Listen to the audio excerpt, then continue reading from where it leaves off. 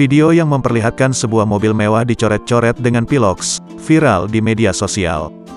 Diduga aksi tersebut akibat dari mobil mewah yang bersangkutan parkir sembarangan. Video tersebut pertama kali diunggah oleh akun TikTok @ahy00_. Dalam video terlihat sebuah mobil berwarna putih terparkir di depan rumah. Mobil putih tersebut tampak penuh dengan coretan berwarna hitam.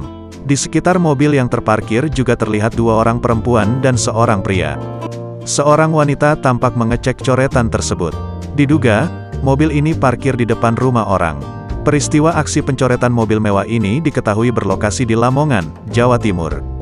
Video itu mendapat komentar miring dari warganet yang menganggap pemilik mobil salah karena parkir di depan rumah orang. Tidak hanya mobil mewah ini saja, terdapat juga mobil van berwarna putih yang juga dicoret-coret dengan cat piloks tersebut.